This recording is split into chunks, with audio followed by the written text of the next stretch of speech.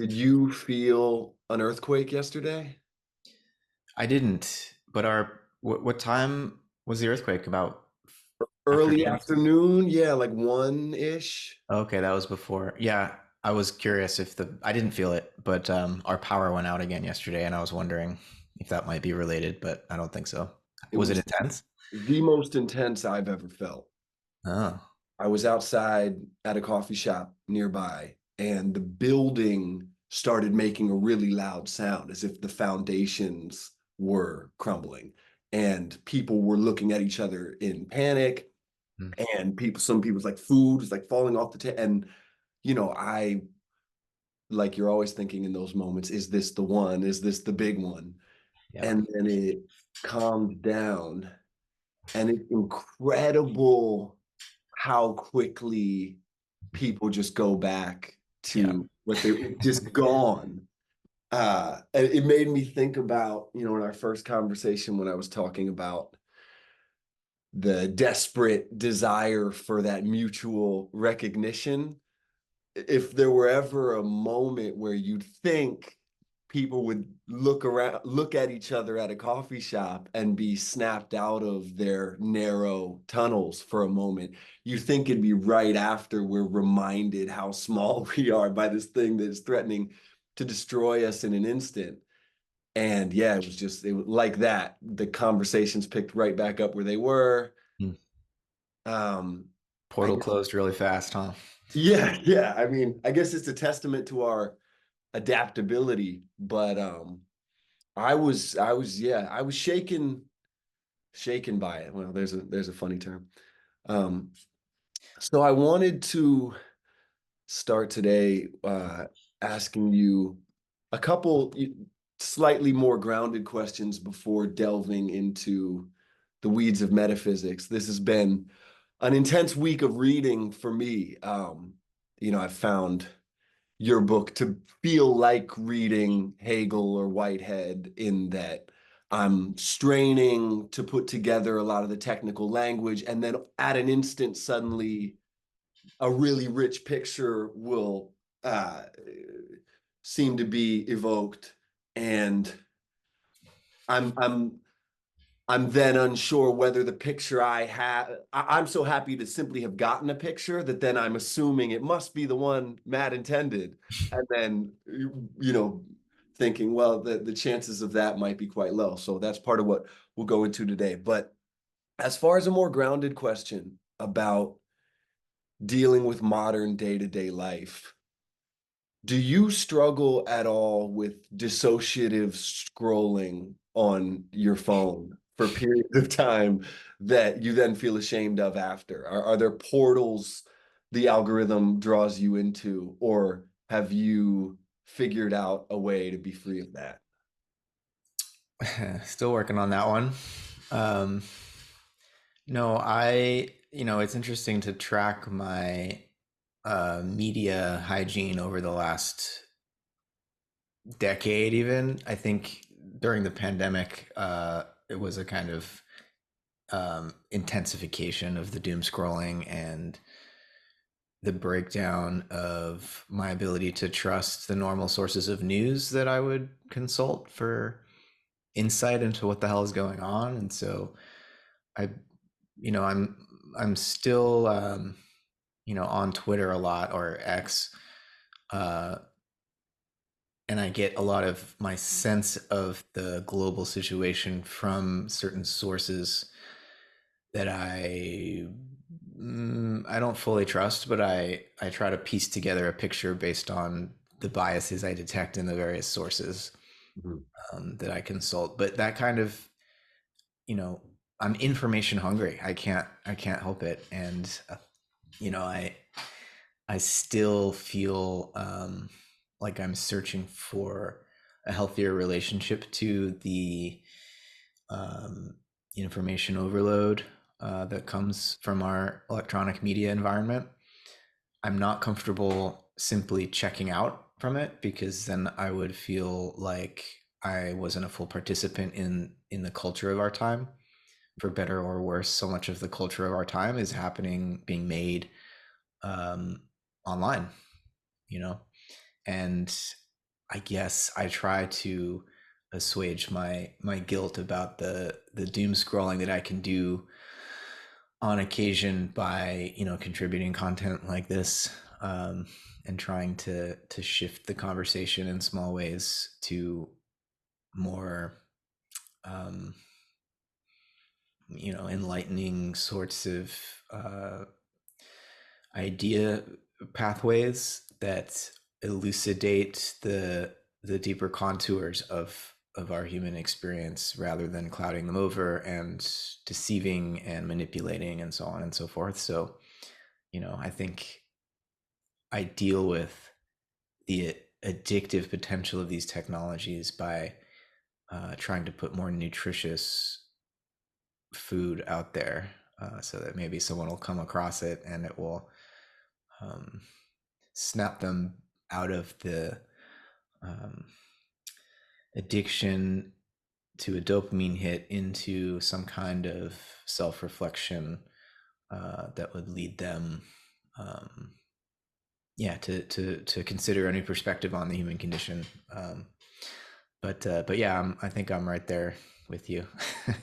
You think there's a danger in people making the attempt to package philosophical ideas in a short form manner that are kind of half delivering that dopamine hit, but saying, hey, I'm giving you a rich idea, but it's in 30 seconds and there's lots of pictures and there's no chance I'm doing justice to the true richness of the idea, but maybe I'm at least sparking a bit of interest that could lead someone to the deeper thing, or do you think there's such a great chance of doing damage to the richness of the ideas that it's better to only present it in the truest way you can, a long form conversation with a person that is going to allow each person to struggle and say things wrong maybe, and just capture the process, um, even if that doesn't work for the algorithm in the sense that it just doesn't get in front of as many people. Yeah, I do worry about that. I couldn't help but think of, Terrence Malick, probably my favorite filmmaker, and some of my friends are just intensely annoyed by the length of his films and the, um, obscurity of some of them. Whereas I love that, like that long form contemplative deepening into what ultimately could be expressed as a simple, straightforward idea, but to really get the the texture of it, you need the character development, you need the sort of camera wandering, looking at the light through the trees for like seemingly, 5, 6, 7 minutes, which in a film is like a long time. um and yeah, I mean, on YouTube there's so many, it's great to see popular philosophy channels on YouTube, and some of them are great.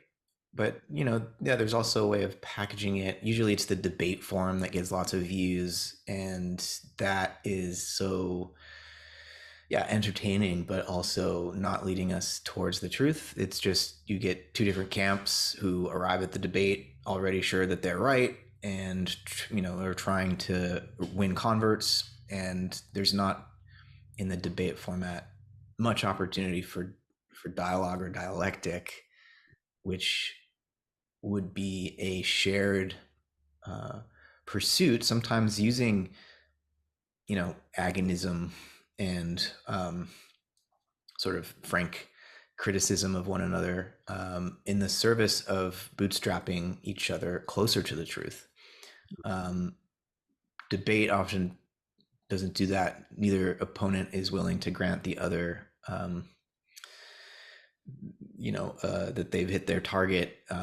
No, neither side is willing to admit that they hadn't looked at it that way before and are willing to consider the new view. And so, but yeah, the challenge is to find a way to express ideas that's not simply entertaining, but also edifying. In other words, like, how do you keep people's attention? You have to be saying something interesting and relevant, Mhm.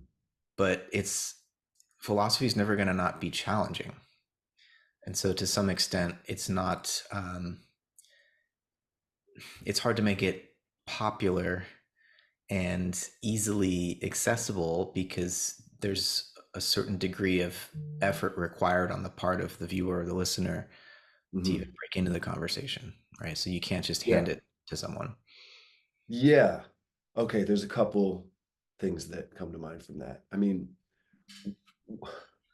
yes, you don't want to try and take the challenge away. I think what maybe would be a worthwhile effort would be some kind of framing on the front end of any given conversation that allows for a normal person to understand the the basic goal. And something simple I'm imagining, I say to myself, it's like, okay, philosophy is the written record of consciousness, um,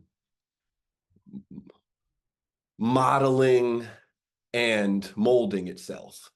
Um, and one need not have read the work of a great philosopher to have been affected by their thought. Mm-hmm. I think if that's something that communicating that to someone on the outside, they don't know that. Like people will assume, oh, they jump into a conversation and they think, oh, this is relevant to people who have studied all of these thinkers, understand how these particular minds differed with one another, and are interested in settling a debate that I'm not a part of. Um, whereas the idea that the shape of your common sense has in large part been formed by these ideas that spread through entire cultures and societies and get expressed in all these different ways. And when we're honing in on the thought of a particular philosopher, it's like we're going to the volcano Mm-hmm. from which a certain expression entered into the broader field of social relations. Um, and again, that already maybe is too long of an explanation for the average person to be like, oh, okay, I get why this is relevant to me. But something like that, something like an understanding that we're not just obsessed with a few guys. I guess you have to already have bought in or felt your way into a perception of reality wherein what an idea is something that makes itself felt and expressed often at unconscious levels in a broad society. And if someone isn't in touch with that, it will seem like when you're talking about a guy's thought, you're talking about one guy's thought. Yeah.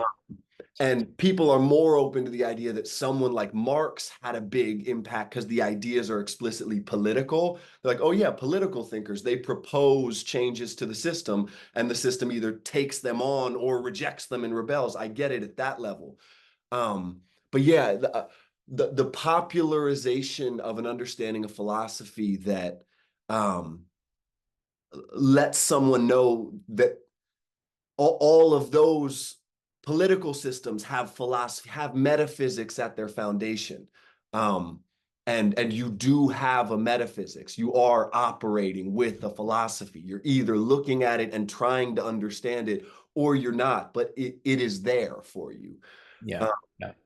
I mean, I love Whitehead's way of introducing metaphysics as only being difficult because we're searching for the general truths that everybody already takes for granted, and so doesn't bother to mention or reflect on.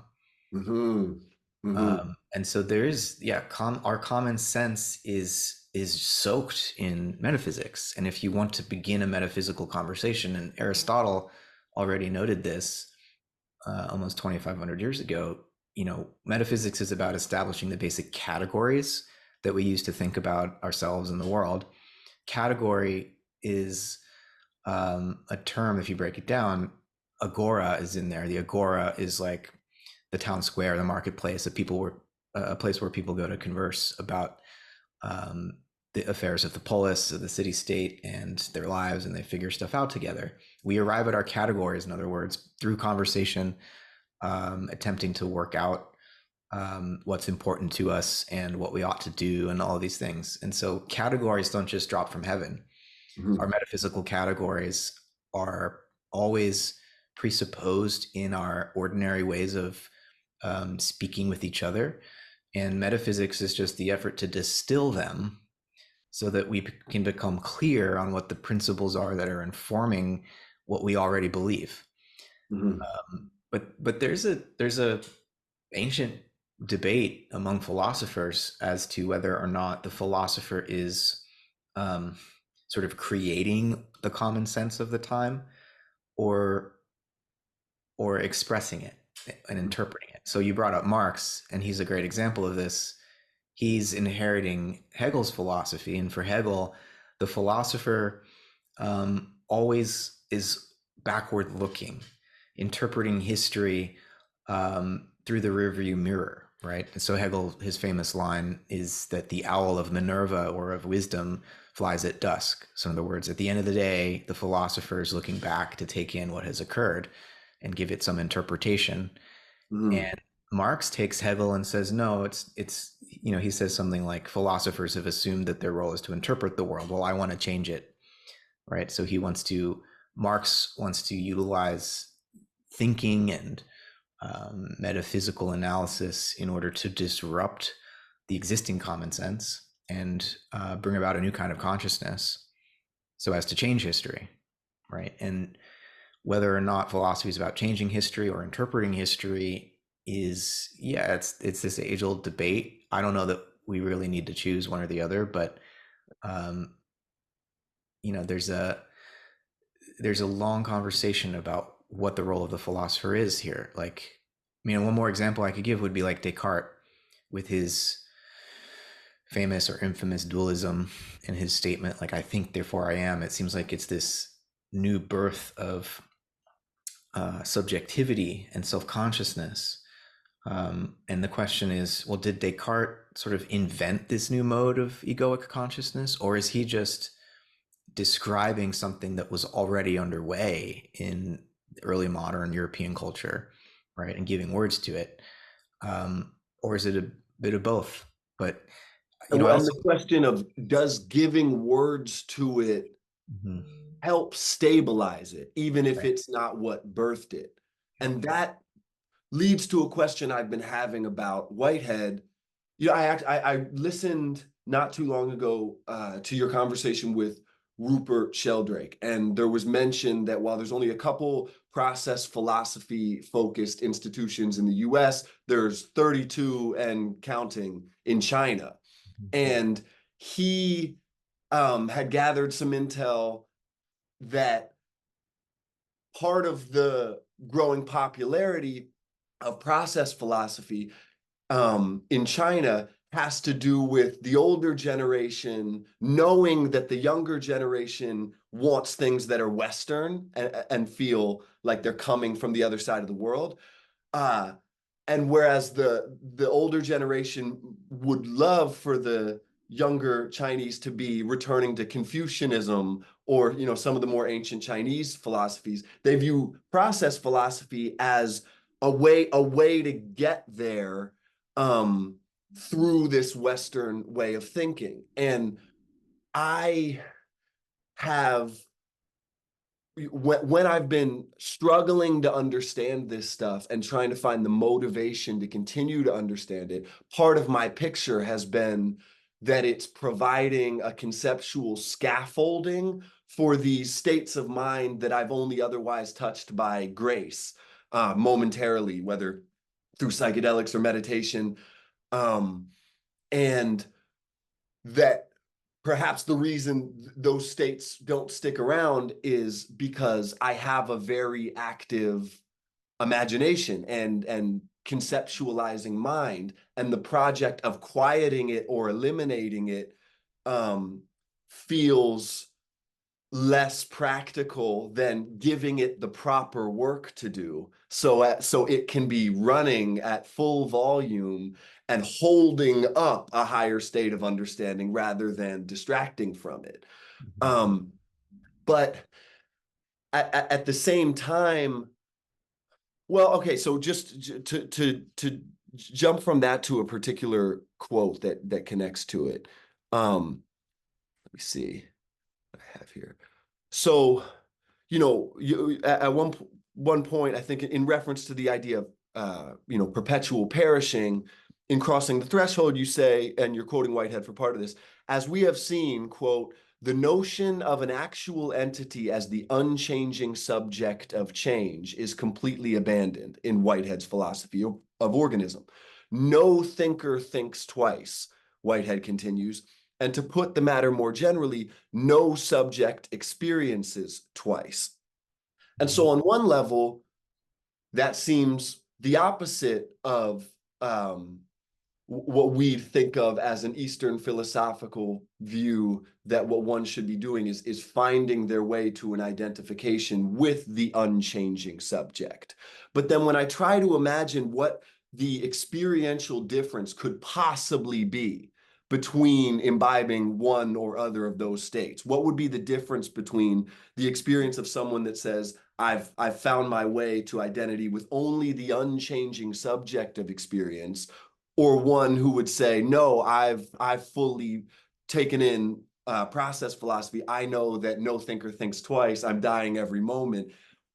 Is there a distinction worth making there, or are we feeling at the same elephant and just using different language? Great question. So, you know, Indian philosophy, the whole Vedic tradition, and the responses to the Vedas are multifaceted. I mean, there's Indian materialism, there's Indian dualism, there's Indian idealism, and so it's just as vast.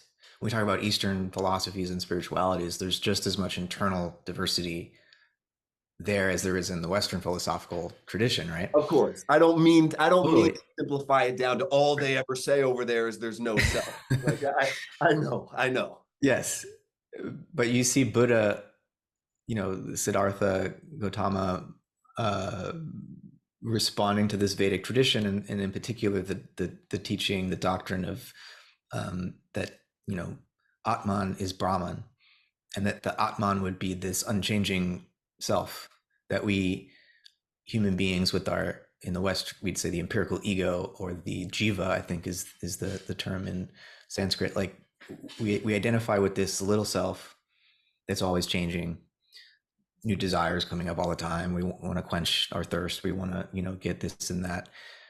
And the spiritual path from this Vedic perspective would be to identify with Atman, which is unchanging, this sort of witness consciousness. Whereas Buddha is saying, actually, there is nothing unchanging. Everything is impermanent. There is no self. There's no Atman. So this is the doctrine of anatman. And I think that can be confusing if we don't sort of recognize how slippery language is, because there's another sense in which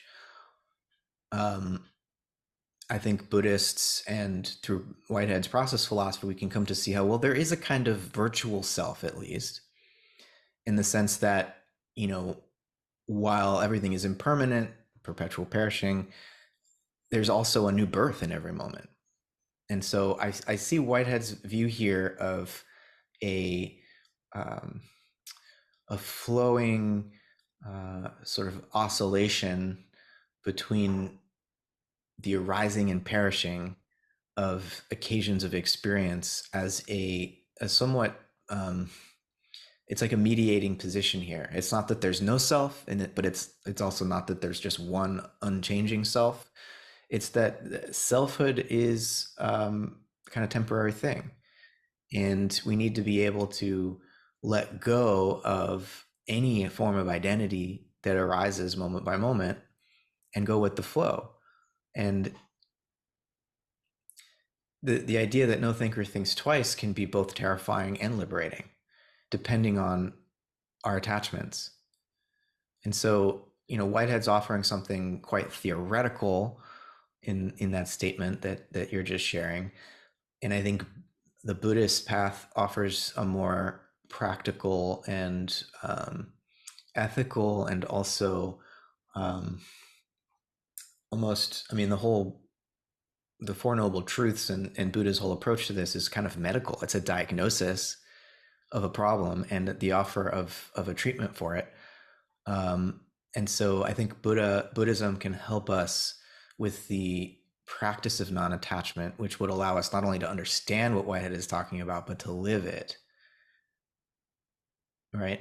So there's no reason that we need to be attached to the idea of there not being a self, just as much as we don't want to be attached to the self. I think we can recognize in this process relational ontology that Whitehead is putting forward that there is subjectivity, but it arises and perishes in every moment. And what I would call my experience in the just prior moment is now your experience in the next moment, and vice versa. And so whatever subjectivity is in this process relational view, it's something that passes between us. It's not just my private property, right? There's an oscillation in Whitehead's view between prehension or feeling, where the subject is born out of its prehensions of the surrounding world, and then that prehension reaches a satisfaction, the feeling reaches its goal, and then perishes and becomes expression, shared with others, right? And we're constantly oscillating back and forth between the feeling otherness that becomes our own, and then expressing what we've realized so as to become with others. Right. And so, yeah, I don't know. I see Whitehead as offering us a theory that Buddhist practice can help us live. It would be how I'd put it. How you just illustrated that process, would it be an accurate reading of Whitehead to say he continually illustrates that process and then seems to emphasize that no point in the process is actually distinct from the other points? They're not happening on a linear continuum. So there's not actually a moment of concrescence where in a fixed slice of time, a being gets to be for what, 0.5 seconds, points that you could, there's how long is a moment? Right. And that's where, and maybe what to extrapolate from that is there really isn't a very meaningful difference between the idea that the self perishes and becomes a new self in every moment, or there is no self. He says at some point that being and becoming it, they're difficult to use language to speak about without one term seeming to cancel out the other. And it feels like process philosophy is always at war with grammar. And it can't, it lives inside a subject predicate framework that it's covertly being subversive toward at every moment, and just sort of giving you hints of like, well, trust what I'm saying, but don't trust how I'm saying it. And yes, this leads to that, leads to that, leads to that, but this is actually not that, and this will mislead you. And like trying to dissolve the language while having no other way of conveying the ideas. And that makes it hard to ever feel like you've grasped it, but I suppose it's not meant to ever be finally grasped. And which leads to a question. I know Hegel had some famous quote where he said, only one person understands my work, and even he doesn't understand it. And I have to imagine perhaps Whitehead felt similarly in regard to his more technical work, that he rarely had a conversation with someone where he's like, yeah, like everything they were saying connected to the vision he was having. And my question is, do you ever struggle with a sense of being isolated with such a rarefied grasp of these metaphysical terms, process philosophy in particular, or does your understanding of process philosophy, the depth of it is precisely what allows you to see the value in many people engaging with it, even if they're all describing it differently? You know, Whitehead wrote in English, but it still needs translation. And so I'm very happy about increasing interest in his work, including among people who are not or don't think of themselves as philosophers, because people coming to Whitehead from the arts, from activism, from just religious life and so on, they will see things in Whitehead that I don't see, and they'll give expression to things in a way that I couldn't. And while I do think there's a tension between thinking and concepts on the one hand and linguistic expression on the other, they're not identical.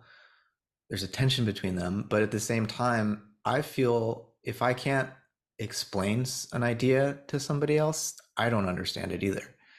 Right? If I can't communicate it effectively, there's some limit to my own understanding of it. And, Mm-hmm. and this practice of dialogue is right at the core of all philosophy, because to the extent that we don't understand each other, we don't understand ourselves. I mean, um, and that's just part and parcel of this metaphysic, right? Where we're always passing into and out of each other. I have to be in relationship to my own past self in the same way that I have to be in relationship to you, right? There's not an ultimate difference between how I relate to myself and how I relate to you. And so communication is just it's under I'm communicating with myself as I talk, and I'm communicating with you as I talk. And to the extent that we can't share consciousness as a result of that communication, I am not at one with myself, you know. I might be more intimately related to my own stream of consciousness than I am to yours, but that's just a matter of degrees. That's not an ultimate separation. Mm-hmm. Okay, so I want to jump now into the easy topic of Whitehead's notion of God. Um, so the quote I have here, let's see. You said in your book, Whitehead is like Schelling in insisting that God's decision to order the chaos is a free act and not a determined necessity. In other words, God's primordial evaluation is, quote, the ultimate irrationality, a contingently established fact, and not a metaphysical necessity. Quote, no reason can be given for the nature of God, because that nature is the ground of rationality. God is thus simultaneously a creature of creativity and, by God's persuasive influence on the decisions of finite actual occasions, a condition limiting the otherwise chaotic potency of creativity.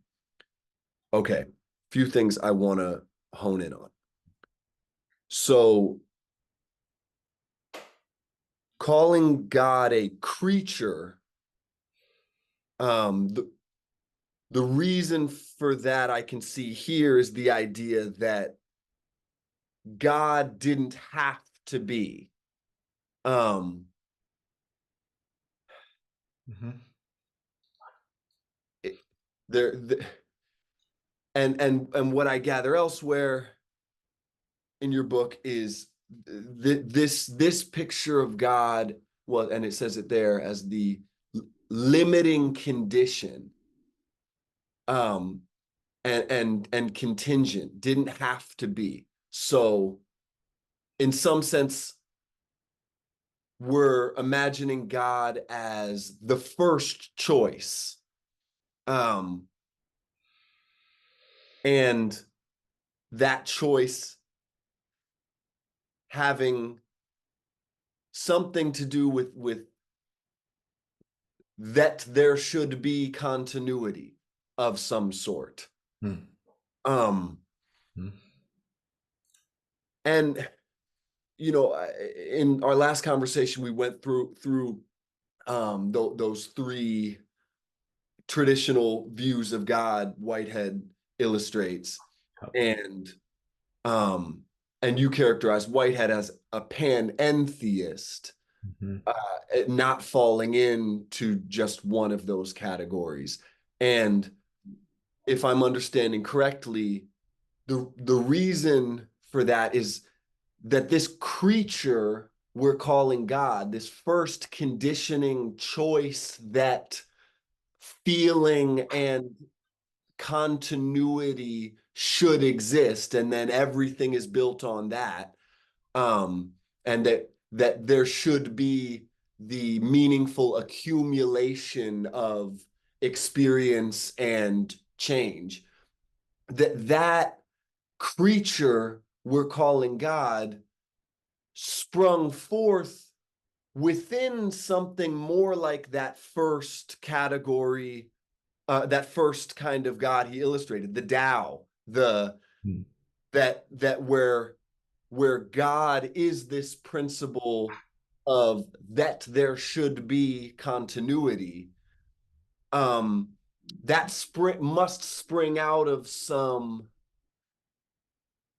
larger, or large isn't the right word, but prior condition of that there that such a thing should be possible. um Mhm. that creativity, or a creature such as a God that says there shall be continuity and feeling, a condition out of which that would spring. And it seems like whenever we discover any prior condition to the one we choose to call God, it feels as if, well, we should now expand God to include that prior condition. Hmm. And if that then just there's always going to be the prior condition of that such should be possible, to where I question the utility of a God concept being given qualities. It feels like Whitehead continuously um, characterizes God, but then throws an extra characteristic in there that says, but ultimately we cannot assign any characteristics. The ground of anything that could be said would be God, but then proceeds to qualify God as a particular creature. And I'm interested in your thoughts on that. Hmm. Well, it's important just to acknowledge that we're talking about the ultimate baffling mystery, which, Whitehead's not afraid to get in there and try to give some articulation and refinement to, you know, logic and his attempt to construct a categorical scheme that would shed some light on this mystery. But he's really trying to dig into the conditions of the possibility and the conditions for the actualization of experience. And what do we experience? We experience the present moment as a passage out of the past and into the future, and we feel the relevance of the past, and we feel the relevance of various futures, right? And each moment we seem capable of making a decision about how to inherit the past, our past, and how to influence the future. Okay, that's Whitehead's sense of what is like the most basic account of experience moment by moment that we could give. How is that possible? How is it that we can make a decision like that? And this leads him to these theological reflections. It seems that there is some, he would call it a principle of unrest, whereby, as we were saying before, there's perpetual perishing and there's perpetual birth, moment by moment by moment. He calls this the principle of unrest, aka creativity. That's the ultimate category. It's the universal of universals in his way of thinking. And he says it has no character. Creativity has no character.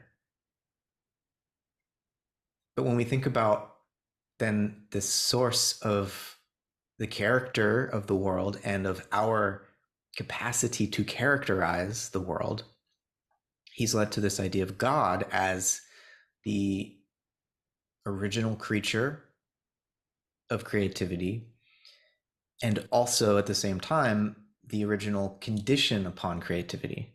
And what does that mean? So creativity is something like infinite possibility. And God's role as the primordial creature of creativity is to function as a kind of principle of limitation, is one phrase that Whitehead comes up with, or principle of concretion, whereby infinite possibility can become something definite, something actual.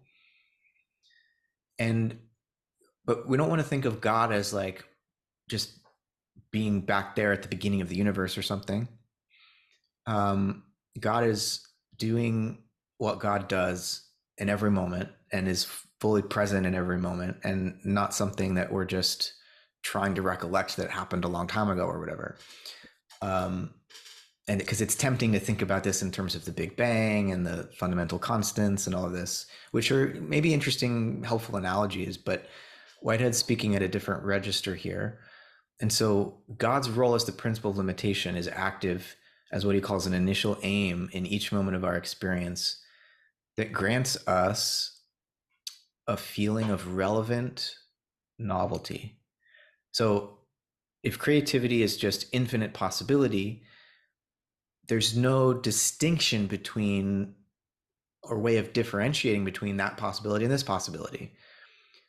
God's role as the primordial condition on creativity is to, in Whitehead's terms, give some order to the realm of possibilities, or eternal objects, he calls them, so that in our experience as finite occasions of experience, we can consider these possibilities and sense their relevance to one another, that there is some order, some valence, some form of evaluation of this, how this realm of eternal objects relates, how they relate to one another, and how it relates to our actual experience, so that moment by moment we can make a decision about what we'd like to have happen next. So this source of relevance is what God's primordial nature or original conditioning of creativity grants to us. And there's a whole theological tradition in the background here for Whitehead, and something called the ontological argument for the existence of God, which is something like, God is that than which nothing greater can exist, that idea than which nothing greater can be imagined. And the argument is that, like, this greatest idea has as one of its necessary properties that it must exist. So it's not just, the greatest idea isn't just an idea, it also has existence. And so it is said that God's essence is God's existence.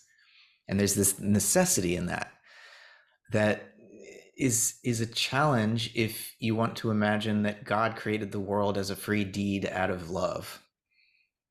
Love can't be a determined, necessary thing. If we're forced to love, that's not love. It has to be a free deed, right? And so there's always been this challenge, and Schelling is quite innovative on this question. But how do you think of God's creation of the world in a way that doesn't make it sort of an afterthought, or something that's either like God exists as God's self and doesn't need to create the world, which is, the whole idea of creation from nothing, creatio ex nihilo, is basically this idea that God, and this is the standard theistic view that is quite prevalent in Christianity, Judaism, Islam, that God didn't need to create the world. God created the world for God's own pleasure, to just to be worshipped, I guess, by creatures. But Whitehead is totally subverting that view. God is a creature like the rest of us. That's quite unorthodox or heretical from a classical theistic perspective. But what it does is it makes us all as creatures subject to creativity, and allows God to become, as Whitehead says, a fellow sufferer who understands, right, rather than a distant, unmoved mover. It, fellow sufferer who understands, would it be wrong to say then God is also fellow hedonist who wants some more? Or um, well, yeah, God's seeking intensity of experience. And so Whitehead says there's this element of God that is somewhat like a trickster, or could even be perceived as immoral from the perspective of our cultural understanding of the difference between what's good and what's bad. God wants to instigate evolution. God wants to inspire a transformation that deepens our capacity for feeling, even if it's painful. and even if it's evil? Well, good and evil are relative terms, right? Evil from whose perspective? Right. God may, in terms of the initial aim, right? This lure that God is gifting to us in each moment. It could be that in the social context wherein that individual experiencer is being lured by God to do something, that deed would be interpreted by the society as evil because it's so novel, because it doesn't fit with the expectations and the habits and the mores of that community. And yet 1,000 years from now, that seemingly evil deed by that one individual inspired to do something different by God becomes the source for a new form of morality, which is understood to be an advance upon the prior one. I mean, Socrates was put to death by his fellow Athenian citizens. Jesus was turned into Pontius Pilate by his fellow Jews in Jerusalem. I mean, there's a sense in which this is just a description of how new, deeper moralities are born. They initially appear evil. Yes. In some cases, of course, that feels very true. Whitehead says in chapter 3 of Religion in the Making, now evil is exhibited in physical suffering, mental suffering, and loss of the higher experience in favor of the lower experience. Yeah. The common character of all evil is that its realization, in fact, involves that there is some concurrent realization of a purpose towards elimination. So evil arrives uh, radiating an immediate sense that that's going to do something we don't want. The purpose is to secure the avoidance of evil. The fact of the instability of evil is the moral order in the world. Okay, and that connects it precisely to what you were saying. Mhm. But he also says, okay, well, yeah, there's a few quotes here. Evil, triumphant in its enjoyment, is so far good in itself, but beyond itself, it is evil in its character of a destructive agent among things greater than itself. In the summation of a more completed fact, it has secured a descent toward nothingness, in contrast to the creativeness of what can, without qualification, be termed good. Evil is positive and destructive, what is good is positive and creative. Okay, but he's still qualifying evil as positive in that it's adding something. Mhm. Um, but when he says before the instability of evil, he goes on, says the instability of evil does not necessarily lead to progress. On the contrary, the evil in itself leads to the world losing forms of attainment in which that evil manifests itself. Either the species ceases to exist, or it sinks back into a stage in which it ranks below the possibility of that form of evil. So, Mhm. yeah, an illustration of that could be, I mean, it's a cartoonish, but a hyper advanced society with all kinds of technology and, the ability to upload consciousness into a computer and make it suffer for 1,000 years. That would be this new horrific form of evil, but that if it started to be practiced, it would likely destabilize the society, and it would crumble, and then that level of evil would no longer be possible. So it sort of arrived with the seed of its own destruction. Yeah. Um, I mean, one of the greatest examples of this is in Tolkien's Legendarium and in Lord of the Rings. I mean, think about the orcs. Like they used to be elves, and they were tortured, and so regressed to this lower form of being. That's evil. And then the way that evil is unstable is evidenced in the story when Frodo and Sam are in Mordor with the ring, and Smeagol is following them, and the only reason that they're able to get through Mordor, with the ring, and eventually destroy it, is because the orcs start to fight each other. mhm, So evil eats itself, mhm, right? And this is part of the deeper wisdom, and Jesus saying things like turn the other cheek, love thy enemy. It's like if you try to fight the evil, you risk actually magnifying it. It's not that I would ever tell someone who's facing abuse or being attacked not to defend themselves, but the wisdom in the teaching is that if you really just let evil be, it will destroy itself, mhm. right? um After doing its work, it seems he's implying uh, mhm. that that evil shows up, does its work, and then self-destructs. And that self-destructing character of evil is, I guess, the hint that there's a fundamental capital G good Yeah. beneath it. The fact that it's not part of evil's nature to be the self-sustaining element of life. Right. Um, Right. Yeah. so, There's a vector towards beauty, and the thing is, beauty is not just the repetition of the same old order, right? Whitehead says the highest form of beauty is actually tragic beauty. It's beauty that has incorporated loss, that has met evil and overcome it. mhm. And yeah, our direct perception of that truth comes in the form of the characters that we consider to be paragons of wisdom and heroism in our stories, right? It's got to be somebody that's been through darkness and that has shown themselves capable of enacting darkness, but then got to this higher phase where they became very conscious of how they do that.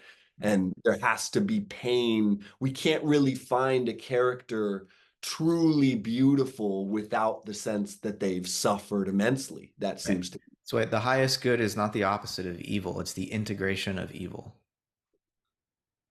Yeah, he says, yeah, evil leads to the world losing forms of attainment in which that evil manifests itself. Either the species ceases to exist, or it sinks back to a stage in which it ranks below. Okay, I already said that. For example, a species whose members are always in pain will either cease to exist or lose the delicacy of perception, which results in that pain, or develop a finer and more subtle relationship among its bodily parts, assuming to compensate. Thus, evil promotes its own elimination by destruction or degradation, or by elevation, meaning elevating the creature who's experiencing the pain, not elevating the evil. Mhm. But in its own nature, it is unstable. It must be noted that the state of degradation to which evil leads, when accomplished, is not in itself evil, except by comparison with what might have been. A hog is not an evil beast, but when a man is degraded to the level of a hog with the accompanying atrophy of finer elements, he is no more evil than a hog. Um, I don't fully understand that last bit of the sentence, but I understand what he was saying as far as this a hog is not an evil state, but we would consider it evil to degrade a man down to the level of a hog. Yeah. The evil of the final degradation lies in the evil beast. But when a man is degraded to the level of a hog with the accompanying atrophy of finer elements, oh God, I'm reading the evil of the final degradation lies in the comparison of what is with what might have been. Yeah. During the process of degradation, the comparison is an evil for the man himself, and at its final stage, it remains an evil for others. Destruction, when accomplished, is not an evil for the thing destroyed, for there is no such thing. That a lot of that doesn't quite make immediate sense while reading it, but a couple of things came to mind. Um,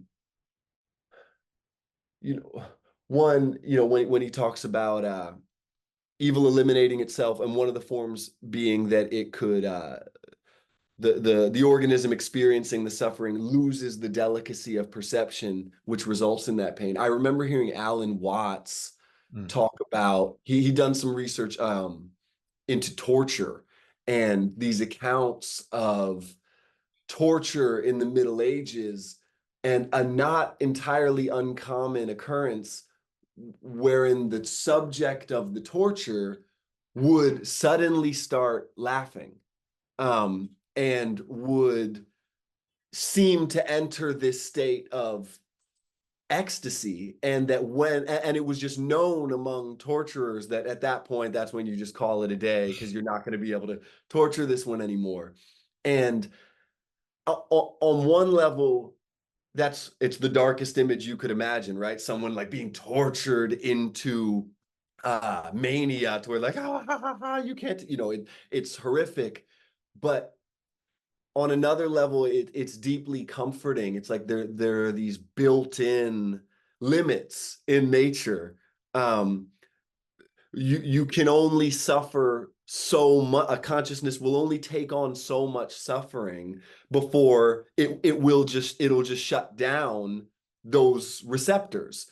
And maybe that comes with a state of consciousness of all of the sudden seeing that you've now faced the ultimate nightmare and your spirit is intact, and this coincidence of opposites where the ultimate darkness then creates this moment of ultimate light before the end. Those, some of the darkness when you have like even just a horrible stomach ache or a terrible headache, it's not just the physical pain. There's this sense of why, like, hey body, I get it. There's a problem down. I ate the wrong thing, or like, okay, I'll hydrate. Like, why are you just hurting me? Um, it's comforting to know there are limits. Mhm. And that, yeah, that introduction of intense and intentional conscious evil, like an act of torture, that at a certain point either that organism dies, and like he says, it is the moment the person that's being tortured dies, that it's gone. That Right. suffering, I mean, of course, we could get into Steiner and ideas of reincarnation, and there's some objective immortality to the consequences of that torture. But as far as that person who was in that horrific fear, they're free. They're really free. It's over. It's done, and there's not an explicit memory of it that is torturing some future subject. It's gone. And the evil ends. And whether they get that moment of blissful detachment while still alive, or at the moment of death, we're here left with the image of a morbid dead body and the living presence of someone that just committed torture. And so it looks like the ultimate evil conclusion. But from a spiritual vantage point, there is justice in all of it. You can break into my house and tie me up and torture me, and I'm free. I'm gone right when it's over. And you're left here with these with the consequences. Yeah, just yeah, whatever that brings up for you, I'd be interested to hear. I can't help but think of the super sensible consequences of that for those who did the torturing, which is to say, there is a karmic network, or sometimes I refer to it as the law of the conservation of psychic energy. Yes, the individual who is being tortured when they die is liberated from that physical body and is not experiencing that physical pain anymore. But there are karmic consequences for that, which for justice to really be served, you would think, well, the ones doing that torturing are going to have their comeuppance, later on when they die. If and this is an interesting way of thinking about the connection between Whitehead's philosophy and Steiner's more occult understanding, esoteric understanding. Um, Whitehead doesn't rule out the possibility of immortality and life after death and souls that could survive the death of the physical body. That's open in light of his metaphysical categories. It's possible. He says it's an empirical matter.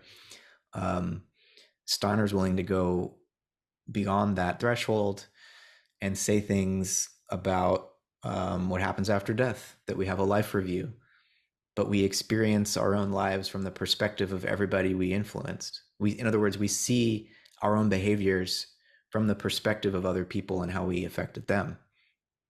And so think about the torturers in that context. That's the law of karma playing out. And so it doesn't just disappear. There are consequences that need to be an imbalance that needs to be restored in that particular context. But I think the other side of this is just the interesting nature of the phenomenology of sensation. Let's say pain and pleasure, right? They're relative to one another. And when you're put in a situation where you experience such intense pain, the opposites coincide, right? It's kind of like you dip your hand in some really hot water and then you put it in the cold water, or vice versa, and the way that can really throw off your normal sense of experiencing sensation. Opposites do coincide, and that reveals to us the limit of. It takes us right up to the edge of our physical experience, and does suggest a different kind of experience, a spiritual kind of experience that might not be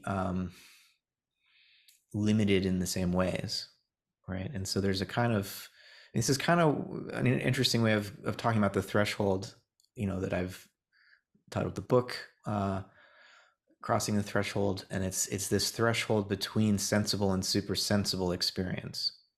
And the question I'm exploring in the book is, to what extent can we have or cultivate organs of perception that are not those granted us just by birth, that we have eyes and ears and we learn to use those just as a matter of course. Could it be that, say, the imagination is an organ of perception which grows only so far just by nature, but that we can actually continue to cultivate beyond its usual functions so as to then gain some capacity for spiritual sensation, as I refer to it in the book, which would be something more like an ability to consider our own lives from the perspective of death, right? Which might not make sense initially, but but the idea there is, in some ways, as many spiritual traditions have suggested, we're already dead. In a way, we just don't know it. But maybe we can begin to recognize the ways in which we are dying in every moment, and some kind of light shines back to us from the other side through that realization. Does that connect? Okay, so to tie together something you said in your book to something I'm reading in Steiner, um, yeah, his vision of, at death, this moment of living your life in reverse from others' perspectives, and then the idea with Whitehead when he's talking about God of being a dipolar entity like the rest of us, only it's reversed, where the mental pole is primary and the emotional pole um, secondary. I don't know if that's the right term, but the idea that by this valuation that says that this primordial creative act of God that says that there should be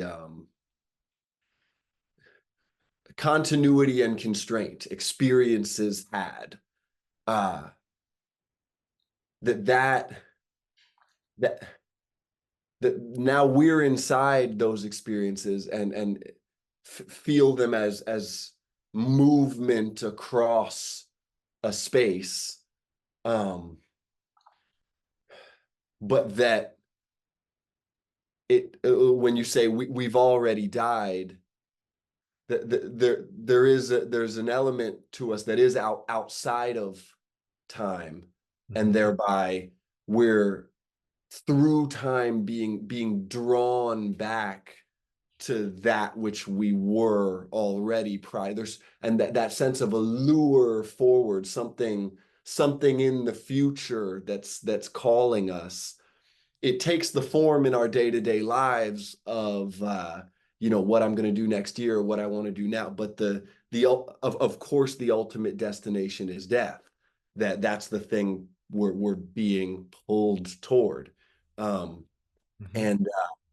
and this moment, this moment, and I've experienced hints of it. When I had an ayahuasca experience, there were certainly moments of life I was escorted to and made to experience from another vantage point. So just the idea that there is such an experience of being spiritually guided through the moral consequences of actions you weren't conscious of in the moment. I know it exists. That doesn't, so the idea that there's a bigger version of it coming at a more consequential spiritual finish line, that's very easy for me to digest. I guess the question here is, yeah, is there a connection between those two ideas? One being at the moment of death, living life in reverse from the vantage point of other creatures, Hmm. and Whitehead's notion of God as a dipolar entity like the rest of us reversed. I love that connection. I hadn't actually considered that before, but I think it fits quite well. Um, we only have a couple minutes here before we're going to get booted by Zoom again, but briefly, there's a kind of Whitehead's always trying to have it both ways, and so there's a kind of absolute relativity to the ways in which finite creatures experience themselves and the ways in which God experiences God's self. So, from our perspective as finite creatures, crossing the threshold and becoming attuned to the inevitability of death and viewing our lives through our own deaths is akin to the recognition that there really is only one consciousness, which is God's. But then from God's perspective, God's consciousness is nothing more than the experience of each of us, or is nothing more than each of our own experiences. So like we are the experience of God, and God is at the same time the ultimate basis of our experience. And so the absolute relativity here, which is a paradoxical way of putting it, is that whether or not there is only one consciousness that's immortal and eternal, or many consciousness that are arising and perishing into each other, arising out of and perishing into each other. Which of those is true depends on the perspective you take, and both perspectives are real. God's perspective and my perspective and your perspective and the perspectives of all of the cells that compose each one of us, and so on. And so there's this correspondence between the one and the many, and an ultimate paradox that is part of the way that creativity gains an ever enriched character, right? Through this process, that something of value is transpiring and constantly enriched by everything that happens. Nothing is forgotten, but no pain is final. And again, this is an ultimate baffling mystery, and Whitehead provides us with a scaffolding, as you said, a language in which to begin to describe it and share it with each other, and so become more conscious of it, perhaps. But it's still mysterious. Less than a minute. We're not going to find a better ending point than that. That's pretty beautiful. So, thank you once again, and I'll try to make it through another week before needing to do another one of these. I look forward to it, Roman.